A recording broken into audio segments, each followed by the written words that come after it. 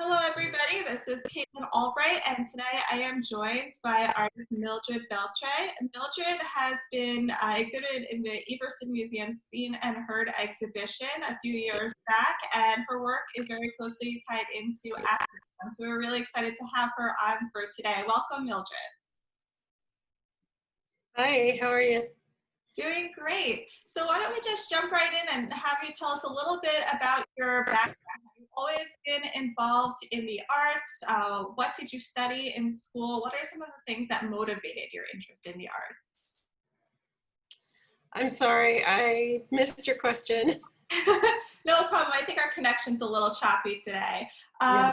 Tell us a little bit about your background in the arts. What kinds of things did you study in school?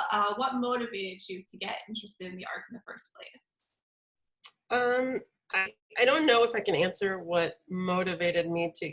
I didn't know I was going to be involved in the arts. I'm from New York City originally, and growing up, there wasn't too much art in my life. When my mom took ESL classes, and her ESL class took them on a field trip to the Met Museum.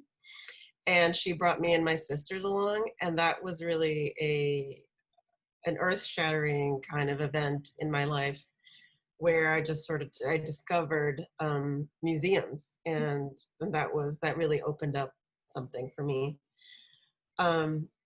In terms of what my motivation was in the arts, like I said, and then later on, when I was a teenager, I took free art classes at the Met again, and there was this great teacher, Randy. He was this Black man, and again, he kind of really opened up this world of art and art making for me. And to this day, I sort of think that Randy has a lot to do with why I'm an artist, so I'm grateful to him. That's fantastic. I'm glad to hear that museums played a role in cultivating that interest for you. Well, in particular, that teacher. So what are some of the themes that frequently come up in your work? So I guess, when I first started making work, my work was a lot about identity. I grew up in New York City, and I went away to school in the Midwest. And that was a really jarring experience for me. And so I think a lot of my work had to do with experiencing people experiencing me without my context. And that was, there was a lot of, it was difficult. It was a very difficult time. And so I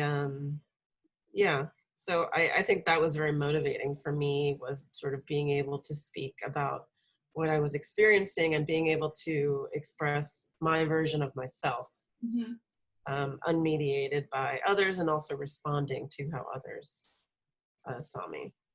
Yeah, and can you elaborate on that a little bit? Like, how did you see yourself, and what was the perception that others had to you when you moved to the Midwest? Well, I mean, so I grew up in an immigrant community in New York.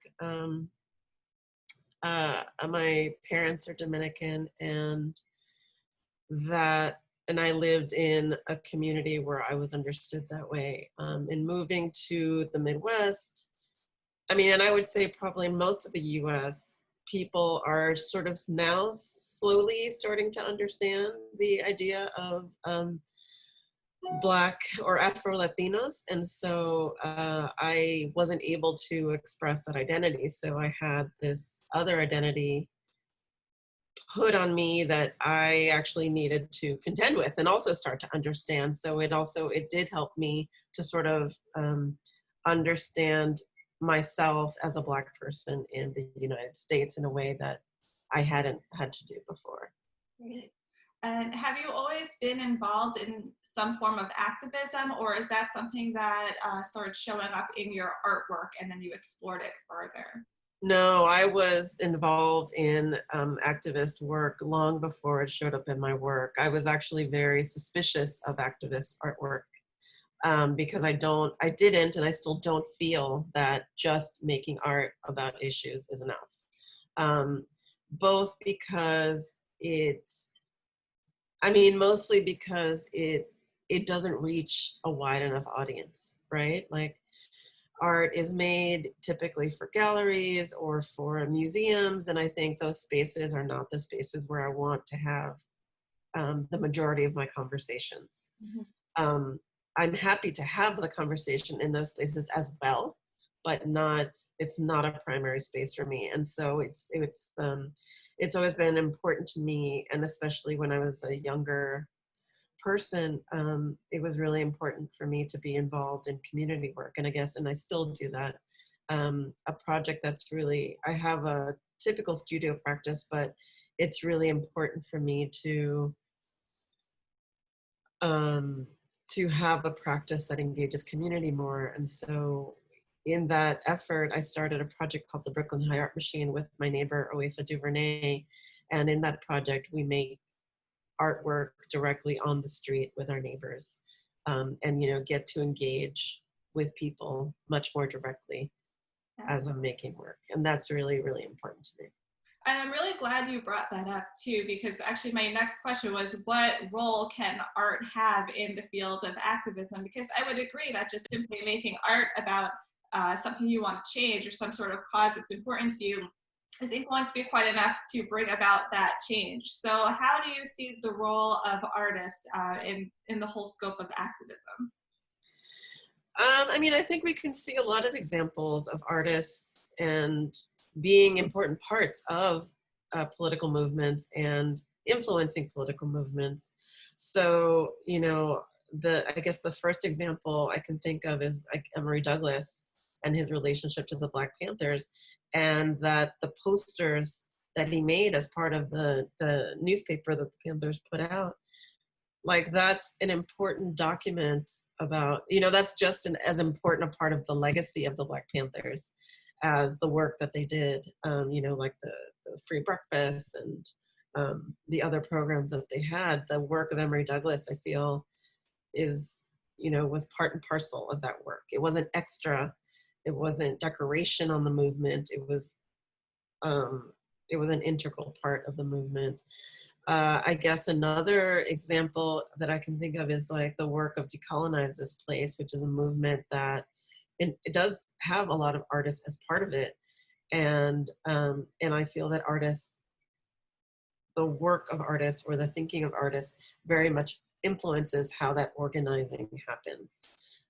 So I think artists are more and more, and I don't think this is new, but in my understanding, more and more, but probably always, artists have been parts of movements and part of influencing the organizing of the work. That's a great point. And thinking about art institutions as a whole, not just individual artists, but museums and cultural institutions, in your opinion, how can they, or we, since I am part of the art institution, how can we be more inclusive? What kinds of changes would you like to see moving forward? Well, I guess I'd like to turn that around and say, well, what do you think? what sorts of things are you doing? And then I can say yes, or maybe propose something.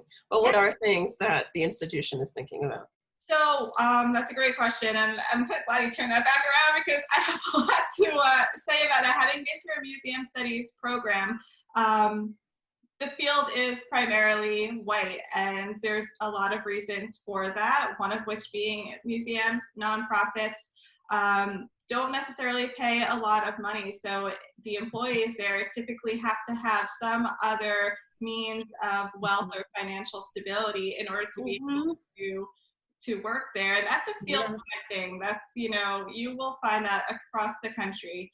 And people who come from more privileged backgrounds are, I think, more apt to be able to take on that kind of work.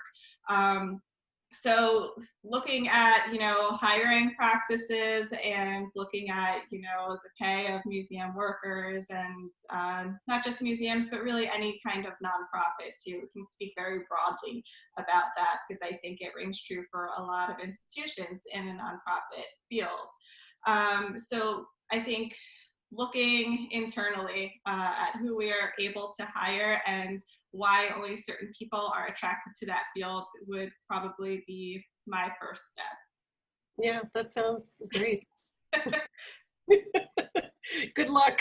Yeah, I know it's a major endeavor to take on, but I think if we as an entire field want to be able to facilitate those kinds of changes, then that's something that we would truly need to look more closely at. So yeah, I mean, I just taught a class and called Art and Activism, and the name of the program, actually, I just started a program with the University of Vermont called Arts in Action, and the program was designed to help students, not just art students, but any students, sort of understand what is it that arts do in the world, like how do arts move in the world, like what are the many ways in which artists are able to move their work, what are the many outlets and ways, as well as how do the arts move the world, right? Like how are the arts and artists' work involved in moving the world of ideas and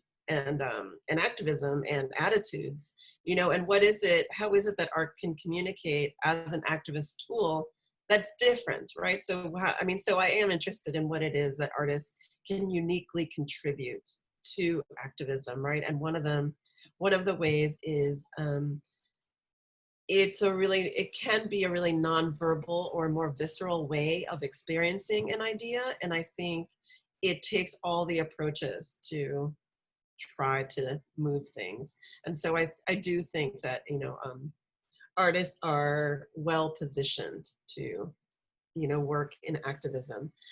But one of the things that we talked about was who do institutions serve? mm-hmm.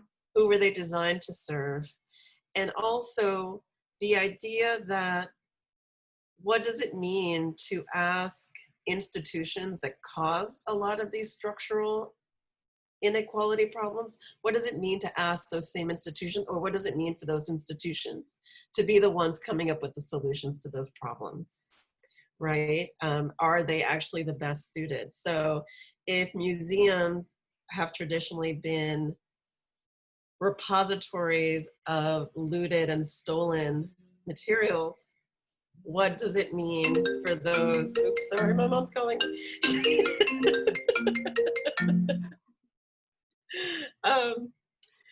What does it mean for those same institutions to now be engaged in the work of creating equality? You know, again, so I think your comment about the internal work is a really important one, right? Like what kind of internal work? And I don't think the Everson is like that kind of collecting museum, but like, you know, places like the Met or the Brooklyn Museum, what kind of work needs to be done, you know? And in my experience in Syracuse, it's a pretty interesting place.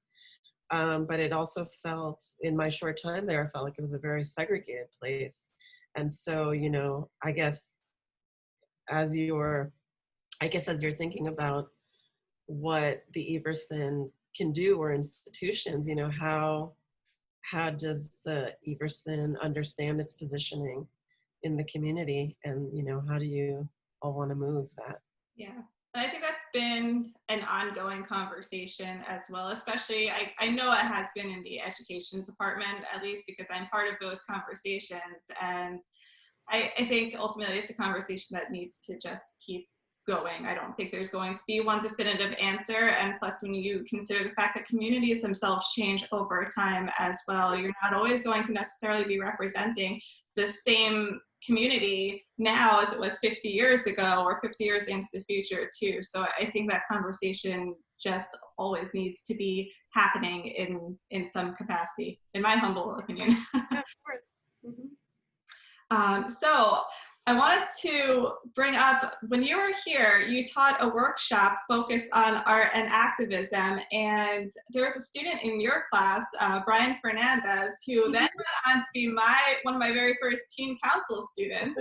And he is now, I actually just interviewed him last week. He is a junior at SBA, and he is so amazing. He's fantastic. He is, a true light in this world, and he's going on to do amazing things, seriously pursuing his artistic studies, looking into curating as a possible career choice, and he has been extremely active in all the protests happening. So he is, I think, very much influenced by you, and you've really helped to ignite that in him. So my question is, what advice do you have for other young artists like Brian or like anybody else who might be interested in pursuing a career in the arts, but also using that activist voice? How might young artists be able to approach this? I guess, I mean, my advice to young artists, I, I think we get caught up in this idea that we need to be picked by the art world. And so we end up like we do our work, but we end up feeling kind of less than or maybe not interesting. And I guess I would just say to any young artist is think about how you create your own opportunities. Don't wait. Make your own opportunities, get involved in everything you can. Say yes to everything that feels ethically okay to say yes to, and say no when it feels like you're just being used or tokenized or being offered something in exchange for exposure. So say yes to things that feel right for you. Don't be afraid to say no, and create your own opportunities. You have what you need. Just move with it, create your own opportunities. That's perfect. I think that's fantastic advice that every high school, college artist needs to hear, because they will for sure encounter everything you just mentioned. And I really appreciate you sharing that insight with us today. And thank you again, Mildred, for your time. It's been wonderful being able to connect with you, and I hope that we'll be able to connect back at the Everson again sometime in the future. All right, take care. Thank you.